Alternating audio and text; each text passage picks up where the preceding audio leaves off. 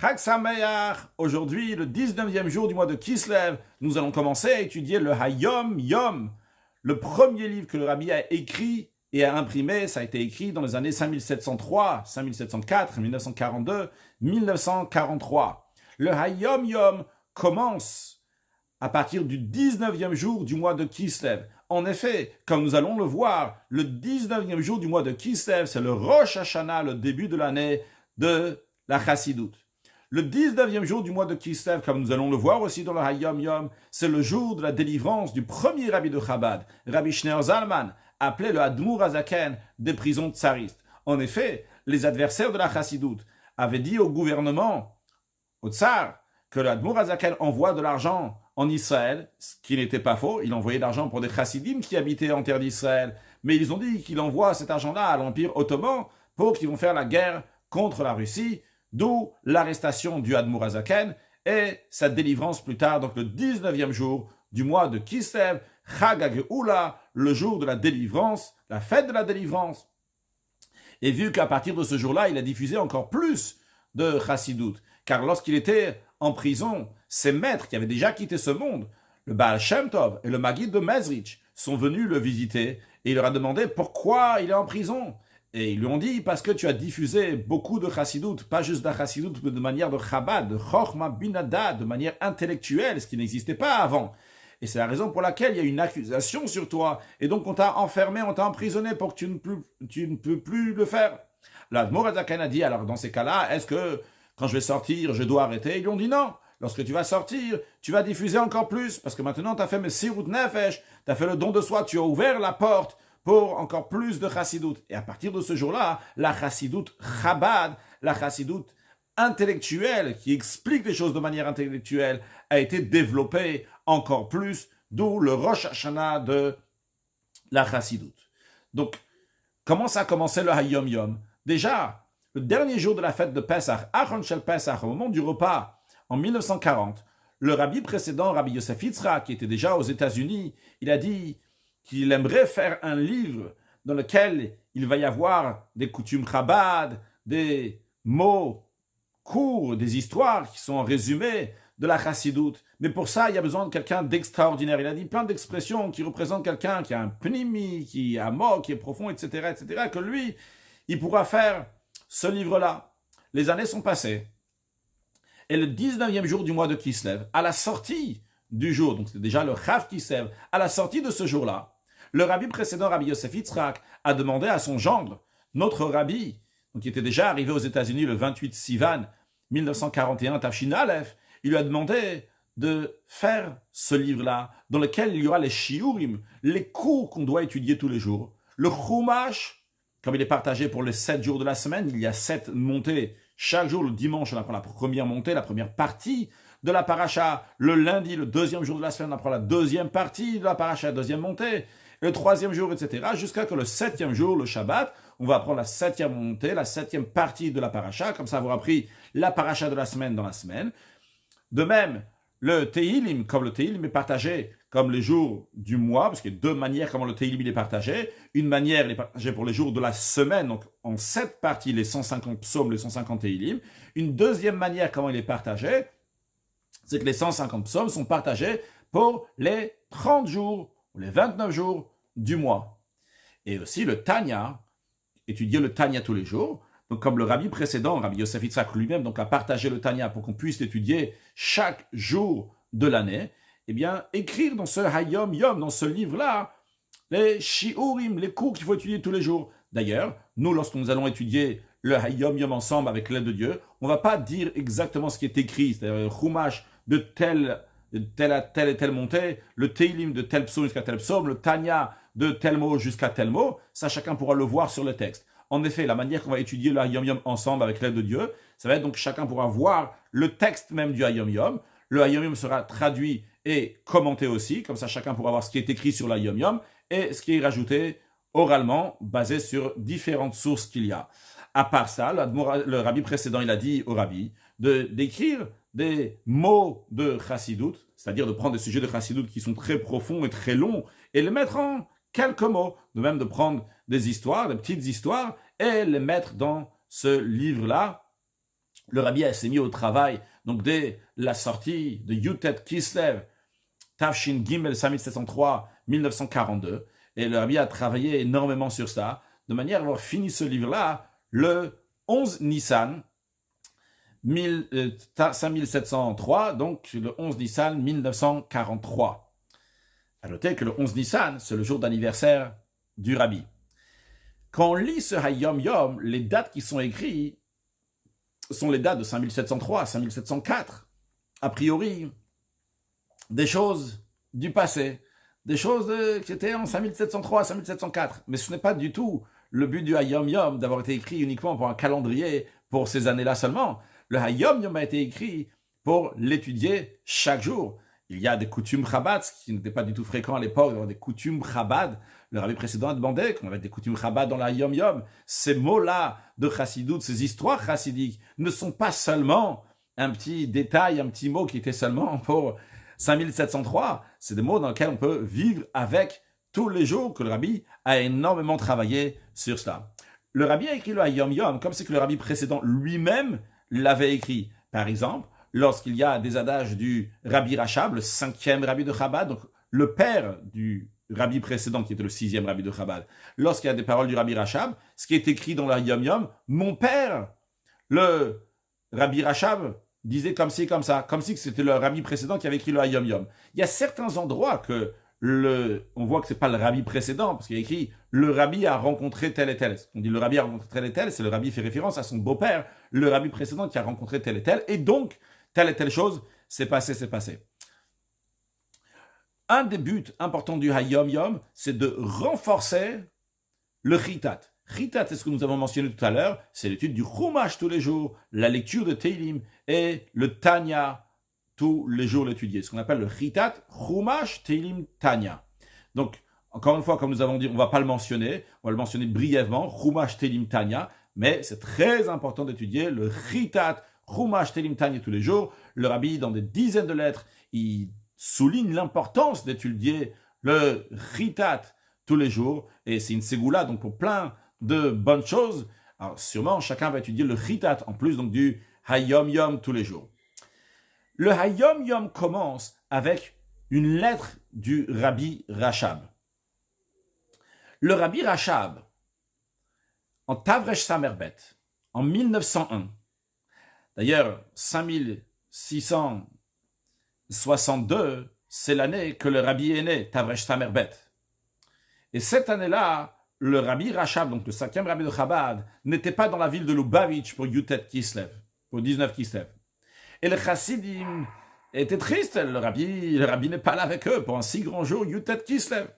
Alors je dis pas encore que c'était Rosh Hashanah la Chassidout ce jour-là, mais c'était Chag HaGeoula évidemment, c'était le jour de la délivrance du premier Rabbi de Chabad, qui est un grand jour de fête. Pourquoi je dis pas encore c'est Rosh Hashanah la Chassidout? Parce que, justement, c'est dans cette lettre que le Rabbi Rachab a écrit à l'occasion du fait qu'il n'était pas à Lubavitch cette année. Il écrit dans cette lettre, Asher Karavad Davar, que sûrement, le Yutet Kislev, c'est le Rosh Hashanah de la Chassidout. Et ce qui a fait une très grande joie chez les Chassidim, une très grande motivation pour le jour de Yutet Kislev. D'ailleurs, le Rabbi, lorsqu'il ramène cette lettre-là au début du Hayom Yom, il omet les mots Ashakarova, alors que sûrement c'est Yutet Kislev, que Rosh Hashanah la Chassidout. Le Rabbi dit pshi tout avec évidence que c'est Rosh Hashanah la Chassidout. En effet, quelque chose que un rabbi, il dit c'est peut-être, pour un chassid c'est pas un peut-être, c'est une évidence. Il n'y a pas de doute. Quelque chose qui est chez le rabbi douteux, pour nous c'est déjà quelque chose qui est évident. Et le rabbi donc c'est Rosh Hashanah la Chassidout, point. Et quand les chassidim ont entendu ça, il y a eu une très très très grande joie. Le rabbi précédent raconte que cette lettre-là a fait une si grande motivation. Il dit qu'il a 23 lettres qui sont venues de différentes villes et qu'ils ont exprimé la motivation qu'il y a eu. Parmi ces lettres-là, 4 lettres. Une lettre de la ville de Brisk qui dit lorsqu'ils ont reçu cette lettre, la lettre que nous allons apprendre, et dans laquelle ils ont vu que c'était Yutet Kislev, c'était le Rosh Hashanah de la Chassidout, eh bien, ils ont dit il faut faire un grand jour de joie. Et ils ont pensé, les Juifs, les Chassidim qui étaient à Brisk, de faire un grand jour de joie, Purim Katan. Purim Katan, donc le petit Purim, le 14 Adar 1, pas le 14 Adar 2 lorsqu'il y a le Purim, mais le petit Purim. lorsque Reb Chaim Brisker, qui est un très très grand érudit en Torah, il a entendu qu'il voulait fixer la fête de Yutet Kislev, Rosh Hashanah la Chassidut, le jour de Purim Katan, il a dit non. Il ne faut pas mélanger une joie avec une autre joie, et il faut fixer donc un autre jour différent, comme le rabbi il a dit, c'est Rosh Hashanah, c'est une joie en soi-même. Une autre lettre qui est venue de la ville de Kremetchug. Là-bas, lorsqu'ils ont reçu cette lettre-là, donc ils l'ont reçue après Yutet Kislev, ils ont fixé 3 jours pour fêter. C'était le 16, 17 et 18 Shvat. Le vendredi, Shabbat Shira, et dimanche, ils ont fêté Yutet Kislev. Ils expliquent là-bas comment ça s'est passé, comme une très très grande joie. Il y a plein d'autres chassidim aussi qui sont venus, des chassidim qui ne sont pas Chabad, qui ont une très très grande joie. Une troisième lettre, qui est venue de la ville de Vilna. Lorsqu'ils ont entendu cette lettre-là, ils ont reçu cette lettre-là du Rabbi Rachab, ils ont fait une très très grande joie. Et à cette occasion, il y avait un des rabbanim qui s'est moqué, un rab qui n'était pas chassid. Il est parti chez Reb Chaim Ozer Grodzinski et il lui a dit, t'as vu, les chassidim ont rajouté encore un Rosh Hashanah. Dans la Mishnah de Rosh Hashanah, il y a écrit qu'il y a 4 Rosh Hashanah. Il y a le Rosh Hashanah du mois de Nissan, le Rosh Hashanah du mois de Elul, de Tishri, le Rosh Hashanah des arbres. Il y en a 4 comme c'est écrit dans la Mishnah. Et les chassidim, ils ont un 5e Rosh Hashanah. Il s'est moqué.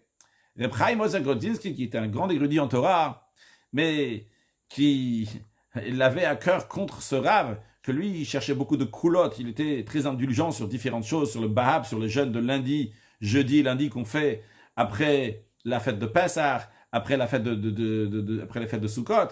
Il avait beaucoup d'indulgence, ce rave. Alors, Reb Chaim Ozer, il lui a répondu, il lui a dit, chez nous, c'est-à-dire chez toi et moi, ça diminue. Il y a des choses qu'on enlève, faisant référence aux choses que ce rave-là veut enlever. Mais chez eux, chez les chassidim, ça se rajoute. Encore une lettre de Peterburg est extraordinaire sur la force d'un chassid chez Fabring, une réunion chassidique qui a eu lieu. Donc suite à cette lettre-là, il raconte que le 12 Shvat, il y a un chassid Reb Ben Zion qui est arrivé pour faire des affaires. Et lorsqu'il est parti voir son oncle, un membre de sa famille, mais Yaakov, il lui a montré la lettre que le rabbi Rachab a écrit pour Yutet Kislev, Tavresh Samerbet. Ce Yaakov-là, c'était quelqu'un qui n'était pas religieux, qui avait lâché la religion Torah et Mitzvot. Il a dit, écoute, je veux que tu vas venir, et on va faire un fabring, et on va faire une réunion en l'honneur de Yutet Kislev. Bien que c'était déjà le mois de Shvat, 2 mois plus tard, on va faire une réunion chassidique.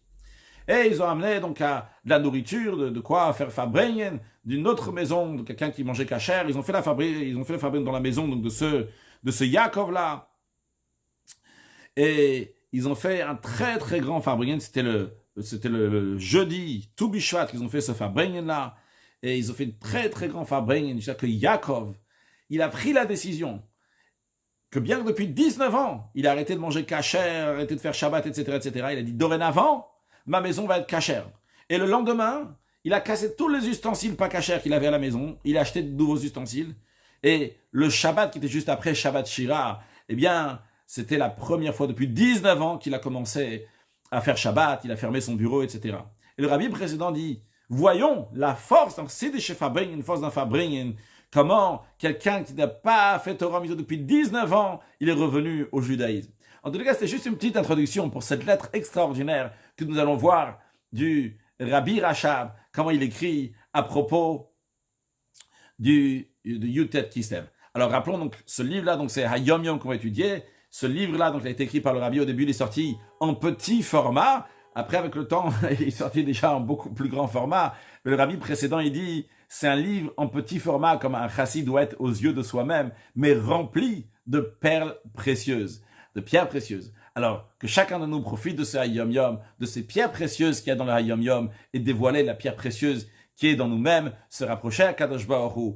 Non, maintenant, étudions la lettre du Rabbi Rachab. Cette lettre que le Rabbi précédent, Rabbi Yosef Yitzhak, le fils du Rabbi Rachab, avait l'habitude de lire chaque année à Yutet Kislev, de la même manière qu'on lit la Megillah, à Purim, il lisait cette lettre-là à Yutet Kislev. Cette lettre que le Rabbi dit, que quand on étudie le Hayom Yom, on commence à étudier avec cette lettre. Donc Yutet Kislev, le 19e jour du mois de Kislev, le jour Asher Pada Beshalom Nafshenu, qu'il a libéré notre âme en paix. En effet, Dans le psaume 55, il est dit « Pada beshalom nafshi », le roi David dit « Il a libéré mon âme en paix ». Et le Admour Azaken, Rabbi Schneur Zalman, lorsqu'il était en prison, lisait chaque jour les Tehillim comme ils sont partagés pour les jours de la semaine. Donc dans les Tehillim du mardi, on lit le psaume 55. Et il raconte à Rabbi Levi Yitzhak de Barditchev, il a écrit une lettre à Rabbi Levi Yitzhak de Barditchev, que lorsqu'il était en prison, il était en train de lire les psaumes. Et lorsqu'il a lu le verset « Pada beshalom nafshi », il a libéré mon âme en paix. Avant même qu'il continue le verset suivant, il est sorti en paix de Dieu, paix. D'où l'expression « le jour qu'il a libéré notre âme en paix ». Et ce jour-là, la lumière et la vitalité de notre âme nous a été donnée. En effet, ce jour-là, la chassidoute qui s'est dévoilée de manière encore plus forte, c'est notre lumière et c'est notre vitalité, car la chassidoute n'a rien rajouté dans le judaïsme. Elle n'a pas changé les commandements du judaïsme. Elle a juste rajouté de la lumière, de l'énergie. Comme lorsque quelqu'un rentre dans un endroit qui est obscur, tout se trouve là-bas. Mais la pièce est obscure. Quand on va allumer la lumière, on va mieux se servir de tout ce qui est là-bas. La chassidoute vient illuminer ce qui existe déjà dans le judaïsme, qui va être fait avec lumière, énergie, chaleur. La chassidoute, c'est chayut nafshenu, la vitalité de notre âme. La vitalité, c'est très important. La différence entre quelqu'un de vivant et mort, c'est juste qu'il y a la vitalité. Il peut y avoir quelqu'un qui a entièrement ses 248 membres, ses 365 nerfs, mais il est mort. Il peut y avoir quelqu'un qui a 248 commandements positifs et 365 commandements négatifs, il les applique, mais ça manque de vie. La chassidoute nous donne chayut nafshenu, la vitalité de notre âme. Le Rabbi Rachab continue en disant que ce jour-là, c'est Rosh Hashanah de la chassidoute, qui nous ont transmis nos maîtres de mémoire bénis. Et ces enseignements, Vehi Torah Baal Shem Tov, c'est ça l'enseignement du Baal Shem Tov, pas comme dans d'autres dynasties chassidiques qui pensent, qui disent que Nishtakra Torah Baal Shem Tov, qu'on a oublié, on ne sait plus aujourd'hui c'est quoi l'enseignement du Baal Shem Tov. Les enseignements du Baal Shem Tov se trouvent dans la chassidoute Chabad. Et le Rabbi Rachab nous disait Hayom Trilat Masecha. C'est l'expression qui est dite dans la prière de Rosh Hashanah. Aujourd'hui, c'est le début de tes réalisations. Qu'est-ce que ça veut dire le début de réalisation? Rosh Hashanah, c'est le premier jour du mois de Tishri. La réalisation de Dieu, la création du monde, n'était pas le premier jour du mois de Tishri, le vendredi 1er Tishri, mais était le dimanche 25 Elul. C'était 6 jours avant. Comment ça se fait que on dit c'est le début de la création? Mais la raison, elle est parce que le 6e jour, le vendredi, c'est là qu'a été créé l'être humain et le but de la création s'est concrétisé. Eh bien, il en est de même aussi lorsqu'il y a le dévoilement de la chassidoute, le 19 qui se lève. Eh bien, c'est Hayom Trilat Masecha. C'est le début de réalisation parce que ça se réalise la finalité de la création de l'homme sur la terre. De quoi? C'est d'amener la lumière de la profondeur de notre sainte Torah. Ça se fait par la chassidoute, donc qui concrétise qu'on peut maintenant amener cette lumière-là. En effet, comme nous avons dit tout à l'heure, que lorsque l'Admour Azaken était en prison, il y avait un kitroug, une accusation qui ne pouvait pas diffuser de la chassidoute. Et le 19e jour du mois de Kislev, lorsqu'il est sorti de prison, c'est-à-dire que maintenant il n'y a plus cette accusation, et il peut, oui, diffuser de la chassidoute. Et là, on peut concrétiser le but de la création du monde, amener la lumière de Dieu ici sur terre. Et de la même manière qu'à Rosh Hashanah, s'appelle Rosh Hashanah, la tête de l'année. Ça ne s'appelle pas Trilat Hashanah, le début de l'année. C'est parce que dans le Rosh, dans la tête, il y a toute la vitalité pour toute l'année. Et chaque année, lorsqu'il arrive le jour de Rosh Hashanah, Dieu renouvelle sa vitalité pour toute l'année qui va venir. Et bien de la même manière aussi, quand ça arrive, donc ce jour-là de Yutet qui se lève, eh bien, il y a cette lumière de manière générale qui vient pour toute l'année à venir. Et d'ailleurs, de la même manière qu'à Rosh Hashanah, il y a une nouvelle lumière qui n'a jamais existé depuis le début de la création du monde qui se dévoile. De la même manière aussi à chaque Yutet qui se lève. Qu'est-ce que nous devons faire? Nous devons éveiller notre cœur ce jour-là. Et comment l'éveiller? Avec un désir, avec une volonté profonde qui vient de notre essence, de vraiment de la profondeur de notre cœur. Que Hachem, par cela, va pouvoir éclairer notre âme avec la lumière profonde de la Torah, la lumière de la profondeur de la Torah qui va se mettre à l'intérieur de nous. Et le Rabbi Rachab continue, Mima makim kraticha Hashem. Des profondeurs, je t'invoque Hashem.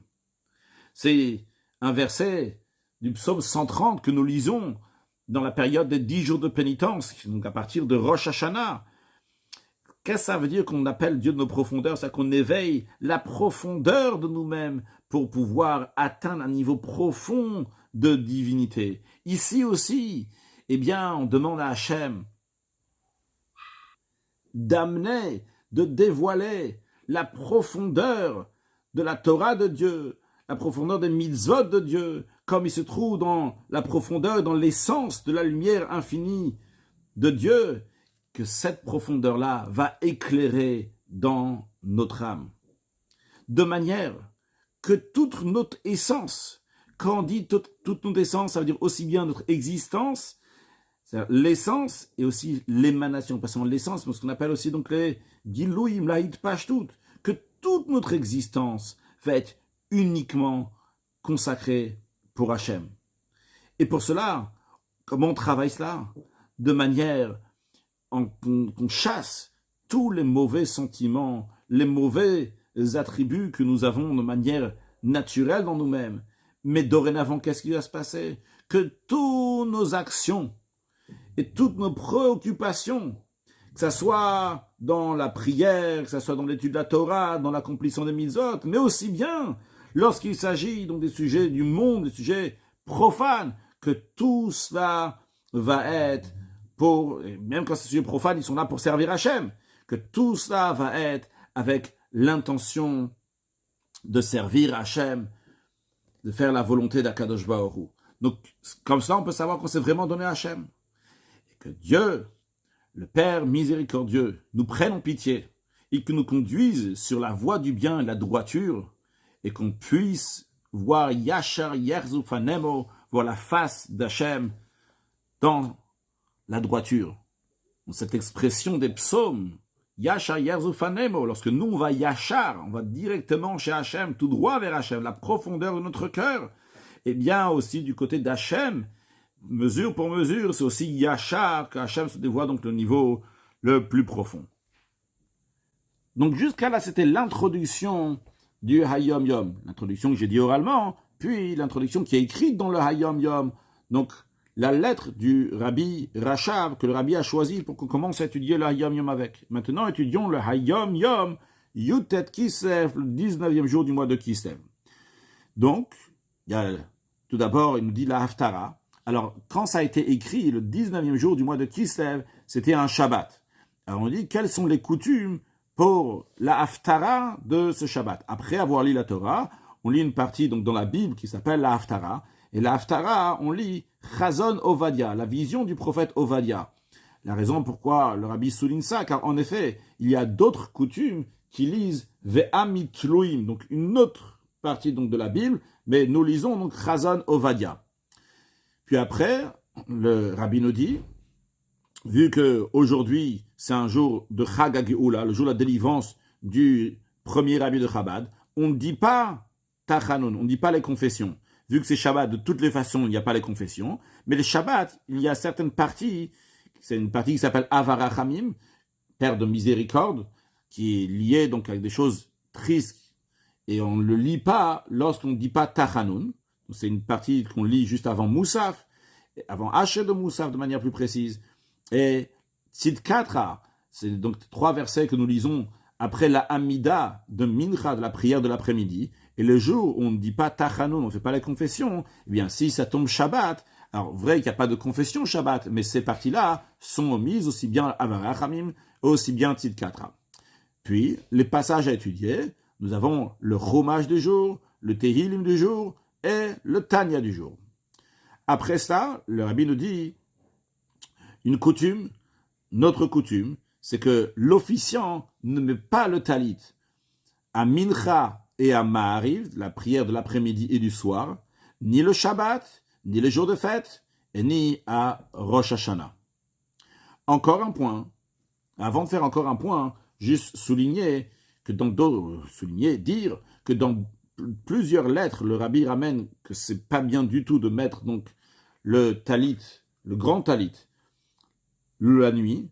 Et dans certaines lettres, le Rabbi dit, c'est expliqué dans des livres saints, et dans une lettre, même le Rabbi dit carrément que c'est expliqué qu'il y a sakana badavar, qu'il y a un danger, c'est un danger carrément de mettre donc un talit gadol le soir. En effet, la nuit, on ne met jamais, à part à Kippour. À Kippour, c'est une autre affaire, on ressemble à des anges. Mais en général, donc, on ne met jamais un talit la nuit. Un talit gadol, bien sûr. Un talit katan, évidemment, qu'il faut le garder toujours. C'est important de le garder la nuit, même quand on dort.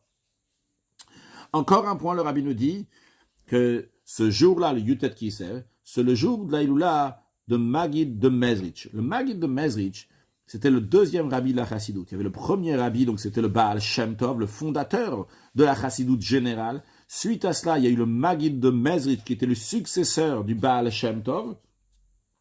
Et après, il y a eu différentes dynasties de Chassidoute, d'où, entre autres, et essentiel, il y a eu donc le Admour Hazaken, le premier rabbi de Chabad. Dans le cas, le maître du Admour Hazaken, du premier rabbi de Chabad, c'était le Maggid de Mezrich. Et il a quitté ce monde, c'était un mardi, et on souligne que c'était mardi, on va dire après pourquoi. Mardi de la paracha de Vayeshev, 5533, donc qui correspond à 1772. Et où est-ce qu'il a été enterré? Il a été enterré dans la ville de Anipoli. Encore un point en ce qui concerne notre Yutet Kislev.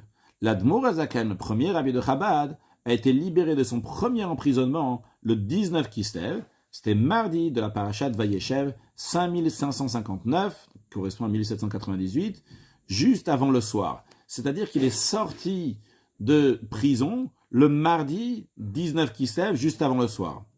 À noter qu'il devait aller chez un chassid, Reb Mordechai, qui habitait dans la ville de Pétersbourg, mais par erreur, il a été à la place qu'on fait monter chez Reb Mordechai, à l'étage. Ils l'ont fait rentrer donc au rez-de-chaussée, à l'endroit où se trouvait, si je ne me trompe pas, c'était le rez-de-chaussée, donc se trouvait un adversaire de la Chassidoute, qui a accueilli le Admour Hazaken, mais il a fermé à clé, et il lui a demandé donc de promettre certaines choses, pourquoi il a changé ci, pourquoi il a fait ça, etc., etc. Le Admour Hazaken est resté environ 3 heures là-bas, et d'ailleurs il a dit que ces 3 heures-là, il a encore plus souffert que tous les heures qu'il était de tous les jours qu'il était en prison, que les 53 jours qu'il était en prison. Parce que lorsqu'il était en prison, le Maggid de Mezrich et le Baal Shem Tov pouvaient se dévoiler à lui. Mais lorsqu'il était là-bas, il ne pouvait pas. Il ne pouvait pas se dévoiler à lui. Ça l'a fait souffrir. Donc finalement, il est sorti de sa deuxième prison, on va dire. C'était déjà mardi soir. Donc mardi soir, dans le calendrier juif, le soir, c'est déjà donc mercredi. Donc il est sorti mercredi 20 Kislev, si on peut dire, de sa deuxième prison. Alors comme on disait, on souligne que le Maggid de Mezrich, il a quitté ce monde le mardi 19 Kislev. Et la raison, sûrement, c'est parce que, pour souligner que l'Admour Hazaken aussi, il est sorti de prison, c'était le mardi, lui aussi, de la paracha de Vayeshev, et aussi, donc, le 19e jour du mois de Kislev. Ce lien particulier, en vérité, ça remonte déjà avant même que le Maggid de Mezrich a quitté ce monde. Avant qu'il quitte ce monde, il a pris la main du Admour Hazaken, et il lui a dit au Admour Hazaken, sache que Yutet Kislev, c'est la Iloula à nous deux. C'est le jour de fête de nous deux. Il y a le sens pour le Maggid de Mezrich, sa fête. Donc il a quitté ce monde, ça s'appelle une Iloula, fête. Et pour l'Admour Hazaken, sa fête. Donc c'est qu'il est sorti de prison le 19e jour du mois de Kislev. Voici un extrait d'une lettre que l'Admour Hazaken il a écrit à son Mechoutan, il a écrit à Rabbi Levi Yitzchak de Barditchev une fois qu'il est sorti de prison. Il a dit: une telle chose, il faut informer, que le jour que Dieu nous a fait, c'est l'expression en hébreu, Zayom Asa Hashem, ce jour-là que Dieu nous a fait, le jour de Yutet Kislev, 19e jour de Kislev, le 3e jour de la semaine, que Dieu a dit 2 fois l'expression Kitov lorsqu'il a créé le monde. Le mardi, il a dit 2 fois l'expression Kitov, que c'est bien, donc c'est un jour particulier. Ce jour-là, de la Hiloula, de Rabbeinu Akadosh, notre saint maître Nishmat Oed, son âme Ganed, donc faisant référence à son maître, le Maggid de Mezrich. Et lorsque j'ai lu dans le livre de Teilim, le verset Pada beshalom nafshi, il a libéré mon âme en paix. Avant même que j'ai commencé le verset suivant, Yatsati beshalom Hashem shalom, j'ai été libéré dans la paix par le Dieu de paix. Jusqu'à là, le rabbi a ramené des coutumes, des événements qui sont passés, etc.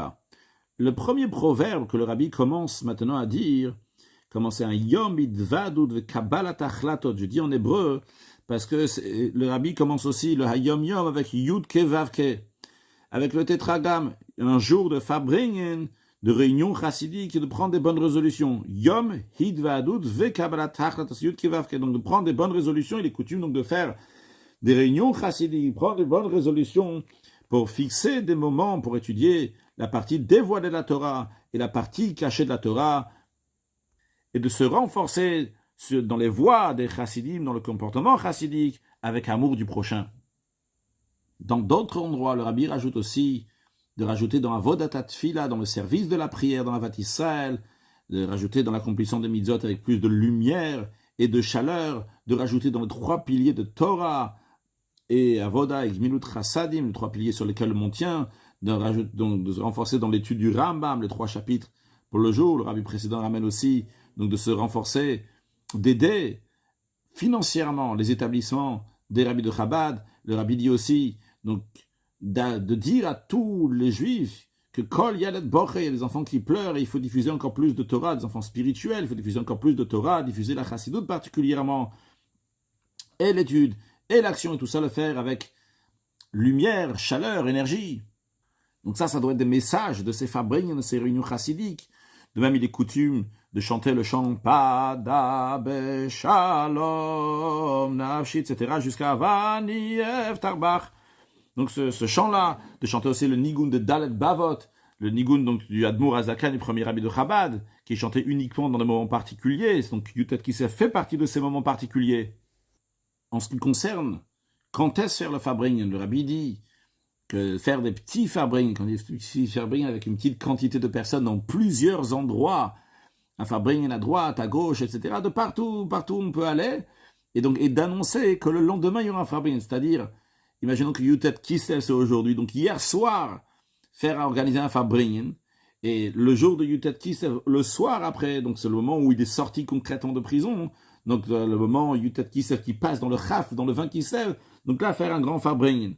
Le rabbi a dit de faire des Farbringen de partout, que ce soit dans les écoles, dans toutes les institutions, que ce soit pour les garçons, pour les filles, etc. Le rabbi a aussi dit que c'est bien que chacun fasse 3 Farbringen en l'honneur de Yutet Kislev. Comment faire 3 Farbringen? Plusieurs choix, ou bien qu'il fait il organise lui-même, et 2, donc par ses délégués, ou bien que lui-même, il va dans les 3 Farbringen, vu qu'ils sont faits dans des moments différents. Ça fait la nuit du 19 Kislev, donc le début du 19 Kislev, le jour du 19 Kislev, et à la fin, vers la fin de 19 Kislev, qui continue aussi le Chav Kislev. Faire aussi, on peut faire Farbringen avec soi-même, faire Farbringen avec sa famille, faire Farbringen avec ses amis. En tout cas, que chacun influence et chacun fait un Farbringen. Le dernier point avec lequel ce Hayom Yom conclut, c'est qu'il est coutume de répartir l'étude des traités du Talmud. Ça, d'après ce que l'Admour Azakan dit dans Igeret HaKodesh, donc c'est la 4e partie du Tanya, il y a une lettre là-bas qui commence en disant Ocher Tochiach, et là-bas il parle donc de partager tout le chasse. Chasse, c'est les initiales de Shishas Darim, des 6 traités, donc c'est de tous les traités du Talmud. Il y a plus que 6 traités, il y a 6 sujets qui sont traités dans le Talmud. Zraim, Moed, Nashim, Nezikin, Kodshim et Tahara. En effet, le Admour Azakan dit de finir tout le chasse, donc chaque année dans chaque ville, et si possible dans chaque synagogue, en partageant les massacres, chacun va prendre un sujet à étudier. Il dit que ce soit, on va tirer au sort, qu'est-ce qu'il va étudier, ou bien que chacun choisisse ce qu'il va étudier. Si le minyan, l'office, l'endroit, il est trop petit, ils peuvent tous finir ensemble tout le chasse, alors qu'ils se partagent donc avec d'autres personnes. À part ça, juste à noter, on apprendra de la Yom Yom, que le Rabbi Maharash dit que chacun doit étudier au moins une massacre de Gemara chaque année. C'est quelque chose qui est très important, qui a plusieurs qualités, comme le Rabbi développe, que déjà, premièrement, il a étudié la Torah, il étudie la Masechet qu'il a pris. Deuxièmement, il étudie cette Masechet-là en tant qu'étude de tout le Talmud, pas juste comme ça, une Masechet individuelle. Donc, troisièmement, c'est comme si qu'il étudie tout le chasse, parce qu'il s'associe avec d'autres qui étudient donc le reste du chasse. Quatrièmement, c'est considéré comme si qu'il étudiait avec 10 personnes et plus, parce qu'il y a plusieurs personnes qui s'associent dans cette étude. Et cinquièmement, ça fait que chacun, il a le mérite de partager avec chacun d'autre qui fait le chasse, qui partagent tous ensemble, donc tout le chasse. Alors à Lubavitch, depuis l'année 5663, 1902, donc ça correspond à l'année qui a suivi la lettre du Rabbi Rachab. Donc il y a eu une très très grande joie à Lubavitch, depuis que le Rabbi Rachab il a donné cette lettre-là, la particularité de ce jour du Yutet Kislev. Donc il n'y avait pas le temps, toute la journée c'était un jour dans lequel, enfin Brenyen, etc. Il y avait le jour est devenu beaucoup plus grand, et donc il n'y avait pas le temps de partager le chasse le 19e jour du mois de Kislev. Donc il répartissait le chasse, le Talmud, le 24 Tevet, qui est le jour de l'Admurazaken. On a noté qu'en Tafshin Yud Gimel, en 5713, en 1952, le Rabbi a remis le partage du chasse le 19e jour du mois de Kislev. Gut Yom Tov, un bon jour de fête de Yutet Kislev, ce jour exceptionnel que le Rabbi précédent appelle même Chag HaChagim, la fête des fêtes, le Shana Tova Belimud Arsidut, le Darka Arsidut, Tikatemu, vous soyez écrits et scellés pour une bonne année dans l'étude de la Chassidut, dans le chemin de la Chassidut, et que tous ensemble puissent accueillir Mashiach. Now, excellente journée.